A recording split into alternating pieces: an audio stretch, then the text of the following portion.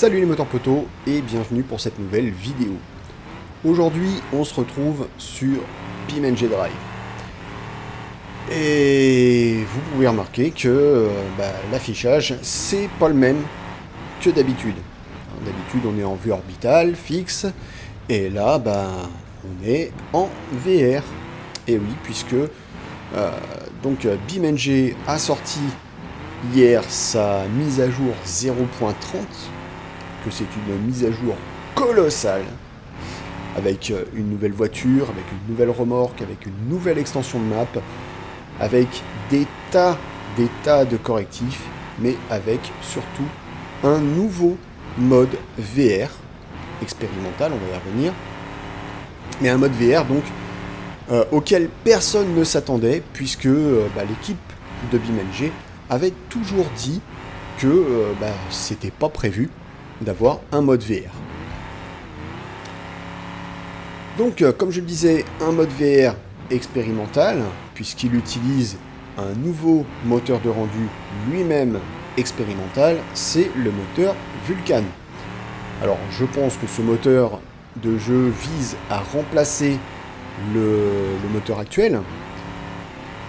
Il est relativement instable encore, donc pas mal de frises, quelques plantages, mais par contre une fluidité par rapport au moteur actuel qui est absolument géniale et qui permet donc justement d'obtenir ce mode VR. J'imagine le mode VR avec le moteur de jeu actuel, on serait à 2 FPS. Il n'y a qu'à voir, rien que sur le chargement d'une map, c'est énormément plus rapide. La voiture s'affiche instantanément. Vous connaissez le système de chargement actuel de BeamNG, avec la voiture qui apparaît morceau par morceau. Et bien avec Vulkan, c'est totalement instantané.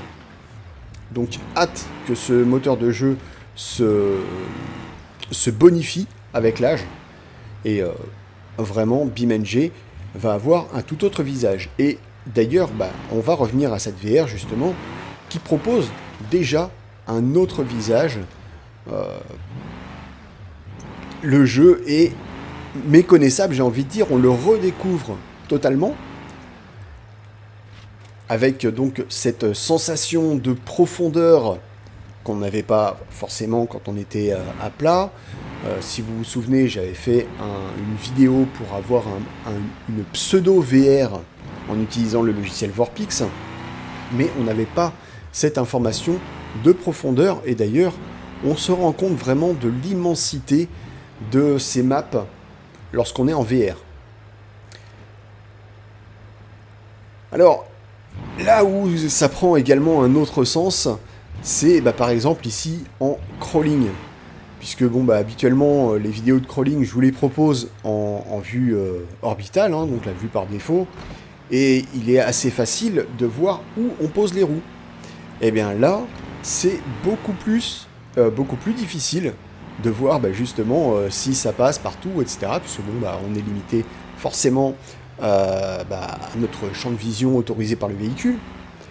Mais on a la possibilité, quand on le souhaite, de passer la tête par la fenêtre, si on peut appeler ça une fenêtre, pour aller voir si les roues passent bien, etc. Comme en vrai, quoi. Donc c'est vraiment génial.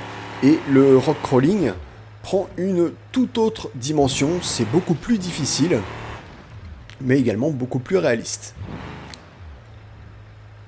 Alors, un autre constat que j'ai fait, c'est qu'on n'a pas du tout la sensation de vitesse.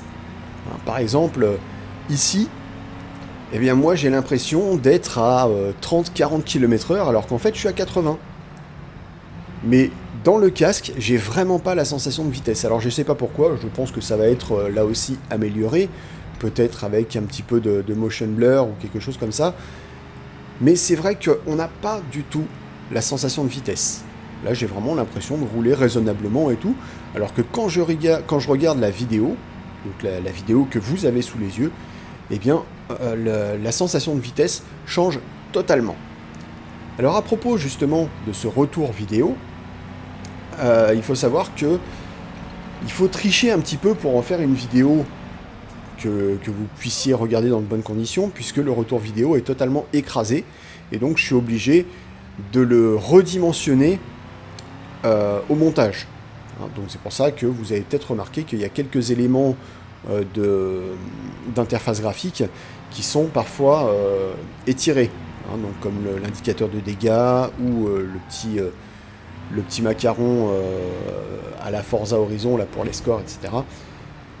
Mais donc voilà, pour le moment le retour vidéo est écrasé, il faut le réétirer au montage pour en faire une vidéo regardable. Alors bien entendu, je pense que ce défaut-là sera vite corrigé par les équipes de BeamNG. On n'oublie pas que, une nouvelle fois, c'est quelque chose de très expérimental, ça fait son apparition. Et c'est ça que j'aime bien d'ailleurs sur BeamNG, c'est qu'ils n'ont pas peur, justement, de nous montrer des trucs expérimentaux, comme le mode carrière qui est toujours en mode expérimental et qui s'annonce énormissime. Mais pour en revenir à cette VR, et là c'est quelque chose que j'ai pas essayé parce que j'étais vraiment trop excité à conduire cette voiture en VR, donc quelque chose pour vous montrer jusqu'où ils ont poussé le vice. Eh bien, lorsque vous prenez la manette VR, le contrôleur VR, vous avez la possibilité d'interagir sur les éléments de la voiture. Vous pouvez ouvrir les portes, vous pouvez interagir avec le tableau de bord, vous avez bien entendu la possibilité de sortir de la voiture et d'aller marcher sur la map. C'est juste génial, quoi. Le jeu propose une VR qu'aucun jeu de voiture n'avait proposé jusqu'alors. Mais littéralement aucun jeu de voiture. En termes de off-road, là aussi, le bouchon est poussé vraiment loin.